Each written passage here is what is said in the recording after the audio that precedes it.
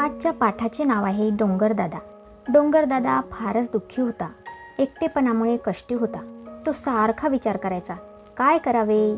आपल्याला कुणाची सोबत नाही, संगत नाही, कोणी नाही बोलायला, कोणी नाही हसायला, कोणी नाही खेळायला. एकदा एक नवलाची गोष्ट घडली. एक छोटेसे रोपटे डोंगरदादाच्या कुशीतून हळूच वर आले. डोंगरदादापाशी उभे राहिले.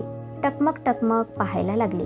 डोंगरदादाला जरा घाबरलेच, पण धीर करून डोंगरदादाला त्याने विचारले, डोंगरदादा डोंगरदादा, राहू का मी इथं?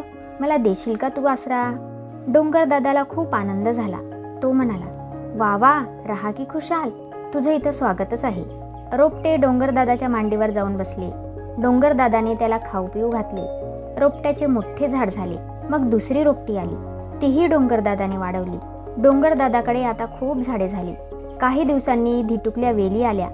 झाडांच्या भोवताली जमल्या, हातात हात धरून फेर धरू लागल्या. मग काही बुटकी झुडपे आली. माना डोलावत उभी राहिली. त्यांच्यासोबत होते इवले इवले गवत. फारच होते लाजत. ते हळूच बिलगले डोंगरदादाला. गवताचा मऊ स्पर्श झाला. डोंगरदादाला गुदगुल्या झाल्या. काही दिवसांनी डोंगरदादा झाडाझुडपांनी भरला. गवत वेलींनी सजला. रंगीबेरंगी फुलांनी नटला. खूपच शोभून दिसू लागला. डोंगरदादाचे जंगल झाले दाट. मग काय विचारता त्याचा थाट. डोंगरदादाचे जंगल सिंहाच्या दृष्टीस पडले. तो डोंगरदादाकडे आला. आयाळ झुलवू लागला. डोंगरदादाच्या कुशीत होती झाडे झुडपे गाढ झोपलेली. सिंहाने गर्जना केली. तेव्हा झाडे झुडपे वेली फुले थरथरली, खडबडून जागी झाली. डोंगरदादाने सिंहाकडे पाहिले. त्याला विचारले, काय झालं रे बाबा, एवढ्या मोठ्याने असा का ओरडतोस? सिंह म्हणाला, डोंगरदादा क्षमा करा. पाहिलं तुमचं रान आणि हरपलं माझं भान, म्हणून केली मी गर्जना. इथं दाट झाडी आहे, हवा कशी थंड आहे. राहू का मी इथं? डोंगरदादा म्हणाला, हो हो, अगदी आनंदानं. ही पहा ऐसपैस गुहा, यात तू खुशाल राहा. सिंह खुश झाला. तो गुहेत राहायला लागला. जंगलात रुबाबात फिरायला लागला. डोंगरदादाचे जंगल पाहून अनेक पशु यायला लागले.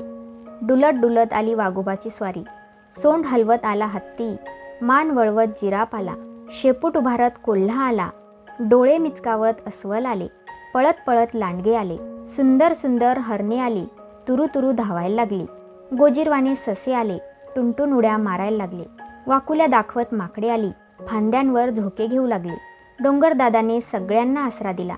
सगळ्या प्राण्यांचा गलबला सुरू झाला. डोंगरदादाला आनंद झाला. डोंगरदादाने सगळ्या प्राण्यांना बजावले, भांडण तंटा करू नका, दंगा मस्ती करू नका. हिरव्यागार जंगलात सगळे राहा आनंदात. हळूहळू जंगलातील झाडे फळाफुलांनी बहरली. त्यांचा घमघमाट सगळीकडे पसरला. दूरदूरच्या पक्ष्यांपर्यंत पोचला. सारे पक्षी वेगाने आले. घिरट्या घालायला लागले. घरटी बांधून आनंदाने राहू लागले. पक्ष्यांची झुंबड उडाली. त्यांची किलबिल सुरू झाली. पशु पक्ष्यांना कळून आले, झाडे आपल्या उपयोगी पडतात. गोड फळे खायला देतात. गार जागा राहायला देतात. त्यांनी झाडांची फळे खाल्ली. त्यांच्या बिया दुसरीकडे नेल्या. तिकडच्या मातीत त्या रुजल्या. आणखी झाडे तयार झाली. आनंदाने डोलू लागली. डोंगरदादाचा एकटेपणा संपला. तो अगदी आनंदून गेला. मग काय झाले? डोंगरदादाजवळ ढग आले. डोंगरदादाने त्यांना जवळ घेतले. अंगा खांद्यावर अंजारले, गोंजारले, खेळवले. ढगांना खूप आनंद झाला. त्यांच्यातून पाऊस पडायला लागला. ढग गडगडले आनंदाने. झाडे भिजली पावसाने. पाऊस पडला धो धो धो. जंगल हसले खो खो खो. डोंगरदादा गाऊ लागला. जंगलाने मग ताल धरला, या पक्ष्यांनो या सगळे, खुशाल खा या गोड फळे. मधुर मध हा फुलातला तुमच्यासाठी साठवला. पाऊस भरपूर पडायला, जंगल हवे राखायला. तर मित्रांनो, अशा प्रकारे हा पाठ इथेच संपला. भेटूया पुढच्या व्हिडिओमध्ये. तोपर्यंत धन्यवाद.